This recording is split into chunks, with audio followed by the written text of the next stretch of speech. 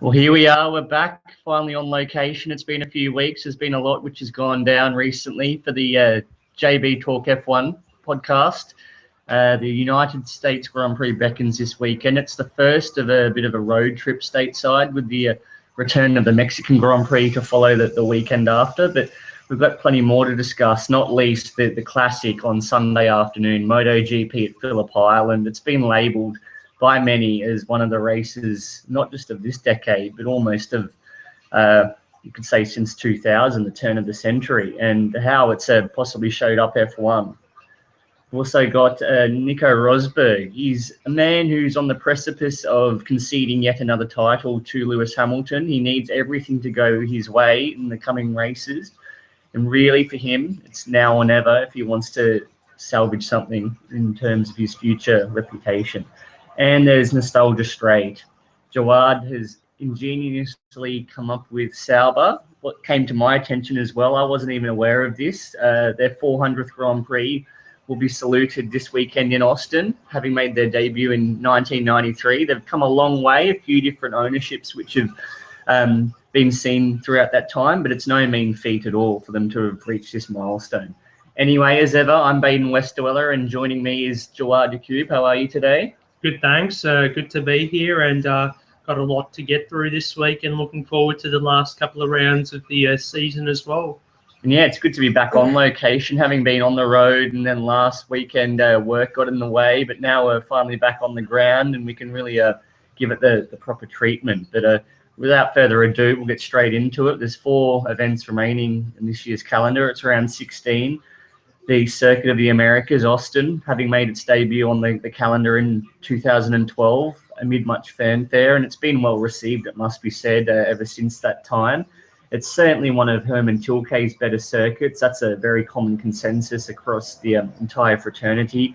And of course, we see as well, it doesn't just host F1 events now, MotoGP, the World Endurance Championship, and we even saw V8 Supercars venture there in 2012, I believe, or 2013. Yeah. Not that it went as well, but nevertheless, it's showing that the scope is there for an international scale. 56 laps, it's 5.5 kilometres, an anti-clockwise circuit, which is a bit of a point of difference in recent times. A very nice blend there. The speeds, they blend between high and low. Really, that infamous section which resembles, you'd say, Silverstone, and even Turkey comes to mind, that infamous notorious turn 8.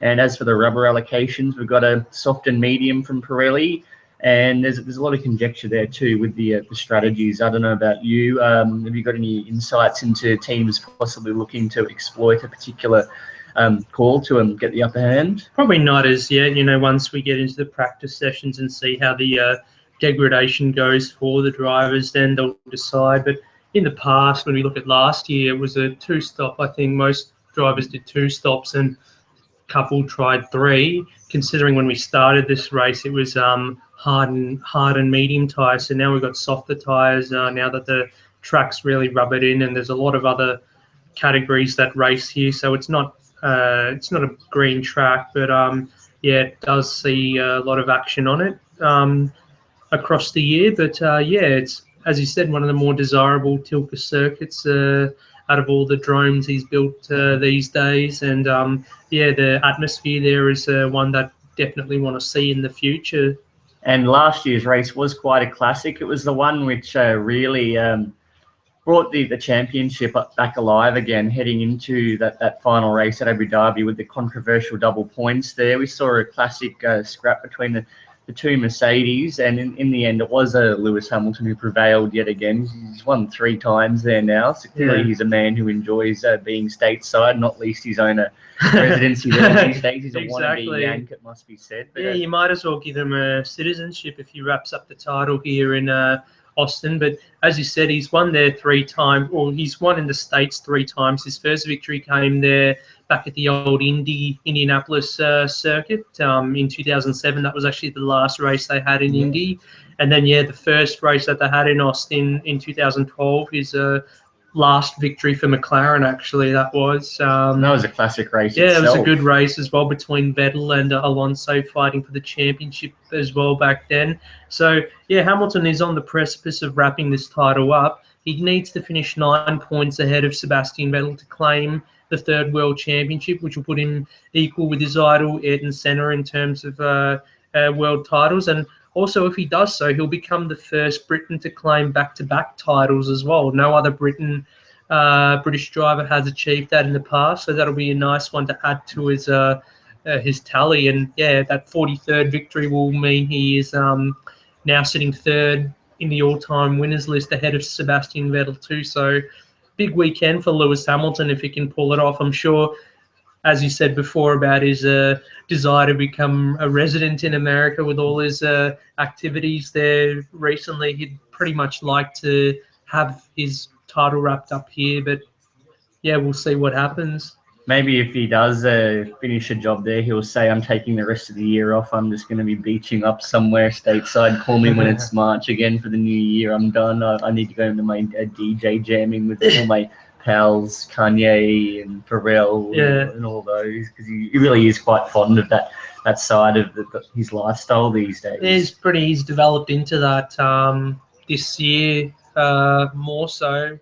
You remember back when he debuted, we didn't really see that from him, but yeah, as he's grown up, that's the case. But the long back straight here at Austin as well should aid all the Mercedes-powered cars. We're looking at Force India, who had that podium in Sochi. They're pretty confident that they can have good run of form here as well, heading into Sergio Perez's home Grand Prix in Mexico in a week's time afterwards. But then again, the aero of Red Bull should suit the sectors 1 and 3. Sorry, that are fairly technical. You were saying before Silverstone, they've copied the Maggots and Beckett section in Sector 1 between turns 3 and 5, and that's a really, really tight and twisty little complex. And then even in Sector 3 as well, a lot of aero demand on there. So perhaps Red Bull could look at some good results here. We saw Daniel Ricciardo in Sochi had the retirement, so certainly don't want to get some good points. Their future's still up in the air anyway. So, well, it should be mentioned too that Renault are rumoured to be bringing their upgrades to the power units for this weekend, which could offer some kind of inroads for Red Bull. Whether they do end up, as remarkably as it seems, continuing their association with the French marque into 2016, perhaps this will be a long-awaited step forward. And we have seen, of course, since Hungary, they've been a lot more competitive than they were in those initial events. But if this can be a genuine leap, and certainly from Renault's perspective, ahead of their looming re-entry, it's still not confirmed that they're going to still acquire the Enstone operation, but it would be going a long way if they could see that these upgrades have clearly done the trick. Yeah, they said the upgrades are there on the table if Red Bull want them or not, so that'll be the question if Renault have put them out there saying, yeah, you can have them if you want. It's another question to see whether Red Bull will have it or not. But as you said, if Red Bull do seek to continue their partnership with or renew their partnership with Renault for the foreseeable future, then it's probably a good step in terms of the development to continue using the Renault engines and with the upgrade as well. But as you said before as well, Sauber's 400th Grand Prix this weekend, and after the points that Felipe Nasr scored in Sochi as well, 6th, he finished after Kimi Raikkonen's retirement. Points on the cards for them this weekend. We'll see as well. Could be. And Alexander Rossi, the first American to race at home since Scott Speed in 2007 at that Indianapolis race. So a lot of eyes will be on Rossi as well, of course, even though he's in the Mana Marussia car. But certainly, he'll be doing a lot to secure a drive for next season for whatever seats are available. Certainly, yeah, he's displayed the potential to now. It remains to be seen whether he's given that full opportunity. But must be said, though, in spite of that, MotoGP really is cantering towards a classic finale to its season. We've seen the two Yamaha protagonists there, Jorge Lorenzo and Valentino Rossi. They really have been serving up a treat to the fans. And you've come in for a bit of flack, it must be said, when you were really touted just how glorious this 2015 season has been for MotoGP, accentuated by the events on Sunday afternoon down at Phillip Island, labelled by many as really the race of the decade. We've seen a lot of skepticism come out saying like how F1 and MotoGP are on the bandwagon just for saying this and that. But the truth is MotoGP, it's continuously delivering each weekend. We're seeing some classic duel. On the one we saw on Sunday, we say 54 overtakes, only solely between the top 4 runners over a 27-lap event. It's quite staggering. Yeah, exactly. And cool. I guess, yeah, as you say, I've come under a bit of flack because I wrote a piece about MotoGP's, race of the century or whatever, showing up the fact that F1 has been quite boring this year. And I'm not the only one to admit that F1 has been boring this year. A lot of other people on the Raw have done so. They've written articles about it as well. So when I give my 2 cents for it, is it fair that I cop the flack for it? So, and being told that I'm a MotoGP bandwagoner, if you've seen me in public, I wear a Valentino Rossi hat around everywhere.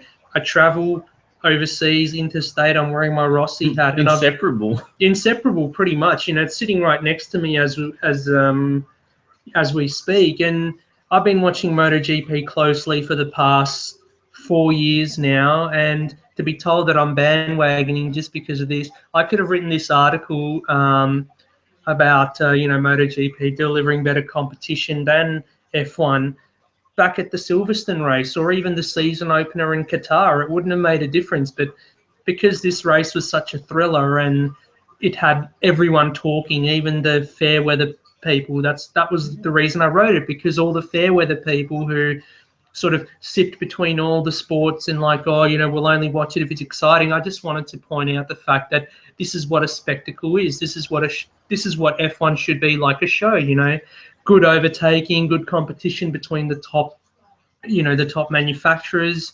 But it didn't seem to elicit the response that I initially wanted. So that's a bit disappointing. But you got to say, all season we've had some high quality racing in MotoGP. We've seen Valentino Rossi go wheel to wheel with Marc Marquez quite a bit. We know Marquez isn't in that championship anymore, but yeah, Rossi and Marquez, Rossi versus Lorenzo, and now the championship's on with 2 races to go, 11 points between Rossi and Lorenzo. It's really tight, and you can argue, Yamaha's dominance has been akin to Mercedes-AMG, but the title fight in MotoGP is much closer than it was even last year in Formula One between Rosberg and Hamilton. So, and as you say, we've had Marquez. He's won 5 or 6 events this season. His last gasp triumph on Sunday. It's been really a case of victory or bust for him. He's had so many occasions throughout the season where he's been in that position to contend, without which it could have been really a triumvirate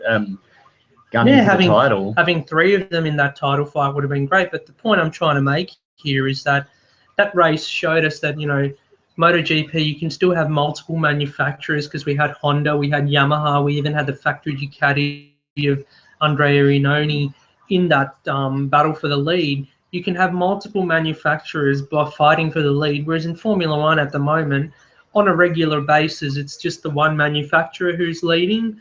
Whereas in MotoGP, we generally have at least 2 fighting for... We look at F1, the balance of the past 2 seasons, if it's not been a Mercedes, we've had 3 victories to Red Bull, 3 to Ferrari. No one else has come close. No, not at all, exactly. And that's the point I'm trying to make here, is that perhaps Formula One could look at, as many others have in their respective pieces, talked about how categories such as WEC or even Formula E could be looked upon to improving the spectacle that is Formula One. Why not look at MotoGP? I mean, MotoGP, after all, is Grand Prix racing. Formula One is Grand Prix racing. The only difference between the two is one is 2-wheeled and one is 4-wheeled. But the product in the end, you want to get the same thing. And some of the things I pointed out in that article was, you look at the riders, the characters that they have. We've talked about this before, even when we talked about Niki Lauda expressing his feelings about the MotoGP compared to F1, and his view was favourable to the 2-wheeled sport anyway. So yeah, look at the writers, look at the characters they have, the personas, the respect that we see between them. We don't see that at all in F1 between, Hamilton, as you will talk about in the next piece, your piece. Hamilton's just a bit of an his aloofness really just shows he has no caring for the other drivers or whatever. He said he's sort of proud of the fact he has no friends in F1, whereas in MotoGP, everyone respect each other so much. And you see guys like Jack Miller, who's only a rookie this season. He gets called up to Valentino Rossi's ranch or whatever, and they go dirt biking together. That's the sort of stuff that creates greater respect between these people. And in terms of the competition as well, we want closer competition. We want more manufacturers fighting for the lead of the race, and if that means allowing more development for the engines or the cars or whatever, then let them do it, because at the moment when we hear about F1 and we hear people complaining about F1, it's just people looking through rose-tinted glasses saying, oh, I used to watch F1 back in the 80s or 90s, and I wish it was more like, then when you had Senna versus Prost or Mansell and Piquet. We've got to stop looking through, we've got to stop looking back then, as much as those eras were great, we've got to look to the future and try and develop something, develop a formula that is good for the future, and try and get these drivers to become characters or legends like those older drivers used to be. Well, they've certainly got their work cut out in the Formula One fraternity, since MotoGP is really developed in leaps and bounds. It must be said, just the past 3 or 4 seasons, just that unique character edge, which is really wanting in F1, that sterile notion, which just it's impossible to miss, really, even when you enter we talk about from the paddock perspective how exclusive it is, and then when we went to Bathurst and how open and hospitable they all are, really taking time out, and it's all very much down to business in F1. MotoGP, you see everyone just sort of maybe playfully giving someone a bit of a shaking finger if something on the track happened, but there's no bust-ups as such, that kind of thing. They know really that in the long picture, it's all a good spectacle. We saw, what was it, the slipstreaming, or the ghosting, as you referred to it, of Iannone on Lorenzo on Saturday. It's all done in jest, though. It's not like they're going to really go out the back and have this huge brawl. And in F1, you get to the point where they just sit there and they po-faced, won't even confront each other about it in any shape. It's just this huge divide, and really it's not what you want a sport to stand for. No, exactly. It's all formulated. It's very clinical in a sense, and you almost get the feeling as soon as we see the podium in F1 and Hamilton atop the podium, we just get that feeling that he wants it to be over as soon as possible so he can get on a jet and go back to stateside or whatever and get to his other work. So it just seems like there's no passion. Well, sure, I guess they probably do have the passion. That's why they're driving or whatever, but they're not really putting it on show for everyone to see, which is the reason why the spectacle is sort of suffering in that regard. But, that's what I think anyway. Oh, it's extremely insular, whereas MotoGP is more extroverted, you would say, and really just welcoming to the masses. And even WEC as well was pretty welcoming. So is V8 Supercars, as we've said. Formula E as well, I've heard really good feedback about the way that they interact with fans and try and put on a good show for everyone. So that's just the gist of what I was trying to point out. I wasn't trying to say, MotoGP is always, definitely going to be better or whatever. I mean, I still watch F1, don't I? I'm doing a podcast about Formula One. Well, I still love, Formula One. So, yeah, it's really wrong to say, question one's passion for it. As the old El Paso, we should say. You remember the little girl in that Mexican ad? Just, why don't we have both? Yeah. There's no reason why you can't like MotoGP and F1. And as a certain writer does say, everyone loses their minds the second that one points out that this is how it's done over another. It doesn't mean that they're dropping their allegiance to a particular category. They're just saying, hey, look at this, everyone. You're missing out. You come and have a look at this too. There's no reason why you have to be exclusively in one camp or the other.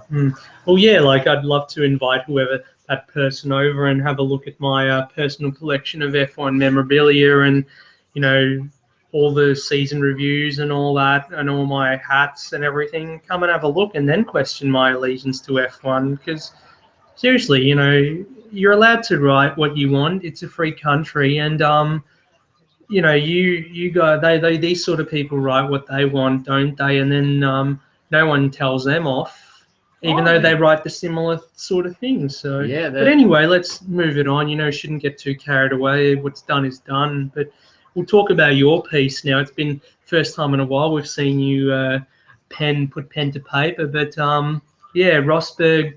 His biggest problem may not be his teammate Lewis Hamilton. It will be Sebastian Vettel going into next year. Well, really, for the 4 times champion, he may not really have any real chance of taking that title this season, but he's been the model of consistency, pretty much, as I say in that piece. He's been top 5 every race, apart from that notorious blowout at Belgium, which cost him another podium there. 3 victories has exceeded even the wildest expectations of both individual and company there, and really it's an indictment for Rosberg, considering where he was last season, to have really been leading for the majority of that campaign, the standings. This year, he's really just he's had his reliability issues, it must be said. We had another little commenter who seemed to glean over that fact, even though it was addressed. Yes, Rosberg has... It was the same person, wasn't it, who was showing me up, and now he's having a go at you. The point is, Hamilton's always there getting the job done when it counts, and now he's turned that little Saturday discrepancy, which he seemed to suffer from throughout last season, into an all-around package, and really he's looking untouchable. And if this keeps up, really, 2016, I think Hamilton isn't even going to think twice about where internally he's going to have competition. It's going to be a couple of, or the next garage down in the red team with Sebastian Vettel, who, if they keep up this rate of development with the Reds, they're really going to be on almost equal pegging into the pre-season next year. And it's ahead of time, but really, it's great for F1 to have that classic rivalry once again. 2 different teams going at it, but as it stands, it's going to be Lewis Hamilton there, Sebastian Vettel for Ferrari, and Nico Rosberg looking like he's going to be forgotten.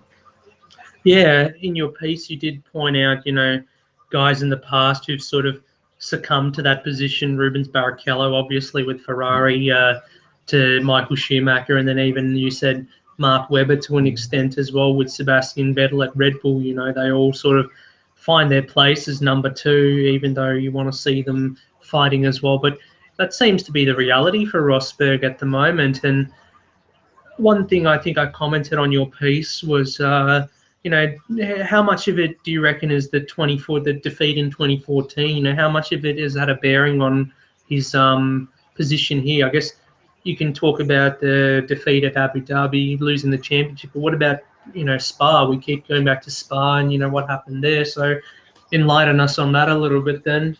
Oh, I think really that was the moment which, at least for 2014, turned the tide in Hamilton's favour. We saw the really volcanic outcome from that weekend, where there were scathing really recriminations pointed towards Nico Rosberg. Then at Monza, that slip up which handed the lead to Hamilton. That was the figurative moment when he handed him that title. And coming into this season, you can understand if clearly that had Rosberg down, but he's had opportunities, really. He just hasn't capitalised, and you don't need to ask someone like Hamilton twice there, and it's going to really just eventually crush someone like Rosberg to come from now being really, he's going to be within possibly Sunday, or if not a week later, 2 titles down.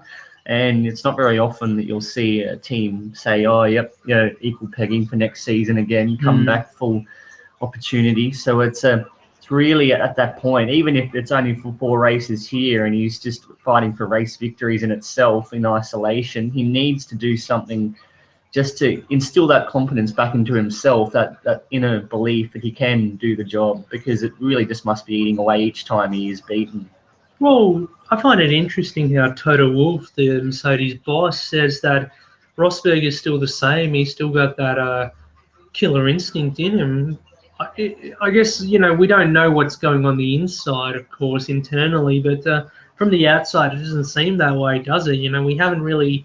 We've been depraved all season of a on-track battle between these two, haven't we? Because every time they do come close to each other, there's a problem for one or the other. Japan, we almost had that, but we had that problem with Rosberg at the start, and then also Russia as well. Hamilton looking really racy against Rosberg, and then yeah, he had that retirement again. So It's really, I don't know, like, it's easy to point a finger in one direction or another for whatever reason. Like, could have had this, could have had that. But for Rosberg, ultimately, he's not delivered on his end of that bargain. And for Hamilton, it's been far too easy this season, and he's cruising. For Ferrari, they've capitalised on those opportunities, maybe a bit lucky with a couple of those extra podiums and victories there, but clearly right position at the right time. And next season, it's really impossible not to reiterate anymore how it's shaping up as him being the forgotten man there. Because Sebastian Vettel doesn't need to be asked as well. He's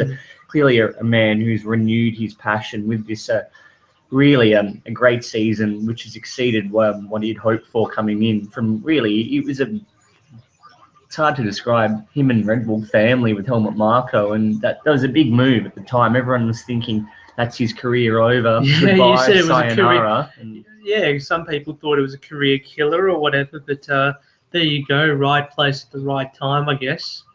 Same with Hamilton to Mercedes as well, right place at the right time. But another question to take a look at is, is it possible next year when they do Hamilton versus Vettel battle happens, is it possible that if Rosberg isn't really in the title hunt, could team orders be sent his way? Will Rosberg have to work for Hamilton's championship, or That's you don't certainly think they're going to get into that? well, certainly from a constructor's point of view as well, they're going to be thinking as well very wisely. They're going to have to get their priorities right, whether it involves any kind of a skirmishes coming into it. But if Ferrari are doubly as competitive as they've been this season, and they've got that external competition for Mercedes there, then really they're going to have to be playing the long card. And for Nico Rosberg to be taking points away won't be ideal at all. And from that end, if he has a season where he endures a concrete number 2 role, even though he's got this notional contract beyond 2016, he might be considering his options for a change of scenery, which it depends on it depends on if another team can have a car that can beat Mercedes. Like at the moment they're in the best car and they've got the best team around them. So why would you change apart from the fact that you're number 2? I guess that's probably still your best chance of winning races, which is the way it stands at the moment. But we all know that Hamilton doesn't really care about his teammate much, so he won't really care about the predicament that Rosberg's in next season. But one thing that it's probably a bit too early to talk about, but I want to, in a 2016 preview, I'll probably do next year, I wanted to ask the question about team harmony and whether that'll be a thing between the Mercedes team, because we've seen that for the past few seasons everything's been sort of rosy. They've had a few up and down moments in the team, with Rosberg and Hamilton, but seeing as Ferrari now, they're a real threat to them, or they will be next season, and they're pretty much renewed. They've got a happy team. Vettel and Raikkonen, they're good buddies. Riverbenny's happy. James Allison, they're all pretty happy.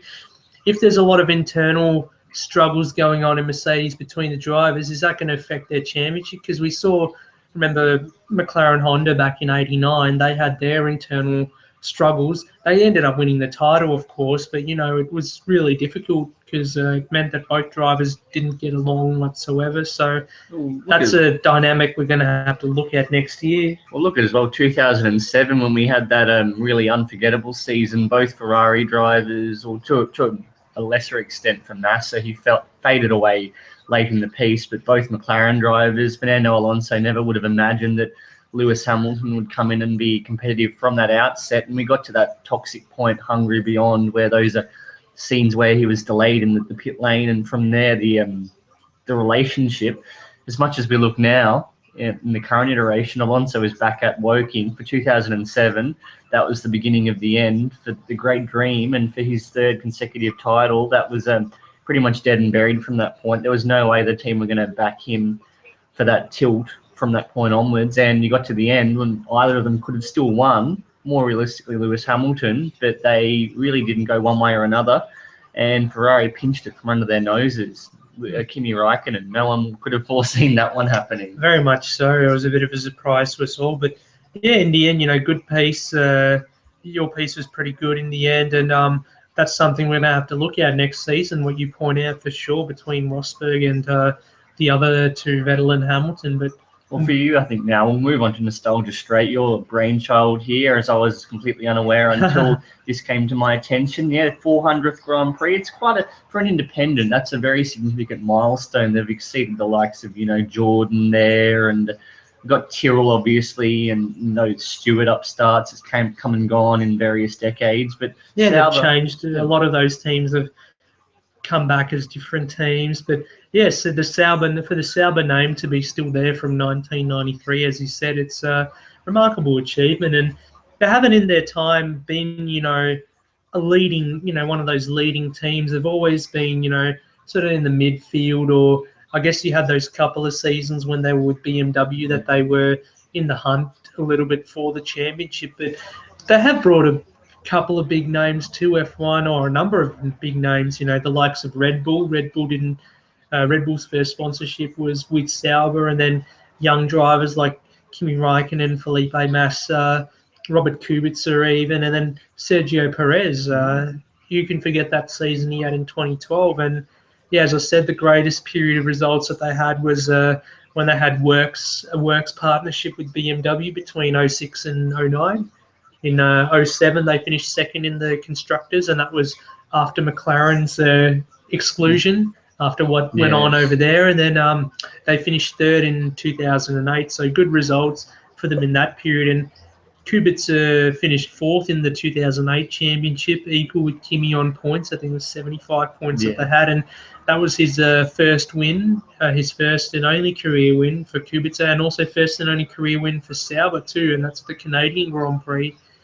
And he did as well. Kubica, following that really iconic triumph for Sauber, even if it was under that BMW guise, he led the standings at that point after 7 or 8 races, and that's the sight you don't really see much. Sauber driver top of the standings, so it's a sign really that was the pinnacle of their powers. And obviously their withdrawal quite prematurely 2009 really had them just struggling to find anyone to bail them out. We had that notorious quad back consortium there, and they went back to Ferrari, obviously ahead of 2010, and we've seen as well, I guess, since then they've been there or thereabouts, but nowhere near those heights. Yeah, they've been no stranger to financial turmoil as well in the past few years, which has been a bit sad to see considering how iconic the Sauber outfit is. There was a time where they had some consortium of Russian investors and everything on board. They were in or they were out, and yeah, it was really uncertain whether Sauber would continue. And then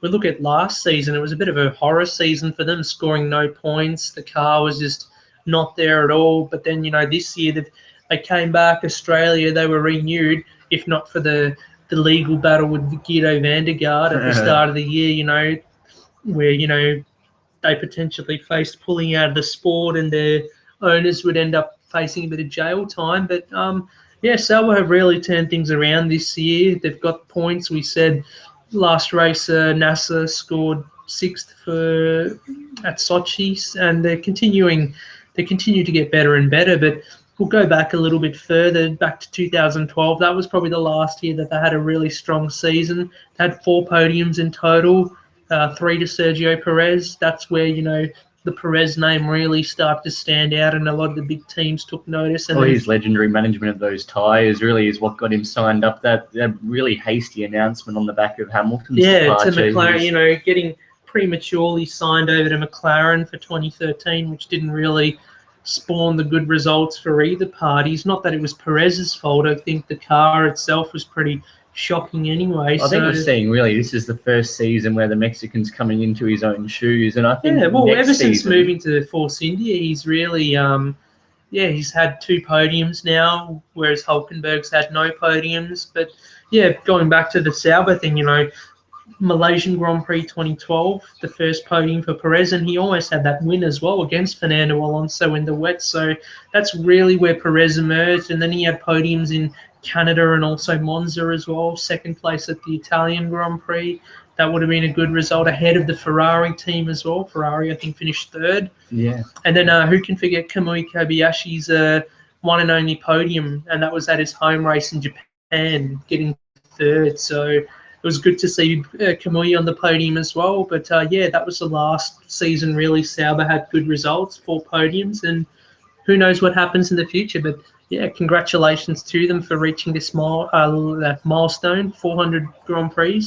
Because as you said, not a lot of teams have been able to get there. Well, certainly in their the guys which they start up with, of course, BMW Interlude, they still retain that Sauber moniker, but they're here now, and hopefully they'll be there at 500 Grand Prix in whichever shape that is. They've got the stability of drivers for next season, which is always a good thing, and even with the Haas's arrival and their real factory support from Ferrari, they should continue Sauber to receive the current spec Ferrari power, which going on this season is going to be an evolution. Then they've got good prospects in store. Very much so, and we look as well how Sauber's recently made the whole EU complaint about fairness in the sport. Clearly they're unhappy with the way that the prize money and everything is distributed in Formula One at the moment. So who knows whether they have a case or not. And if they're fighting for equality, then that's fair enough. But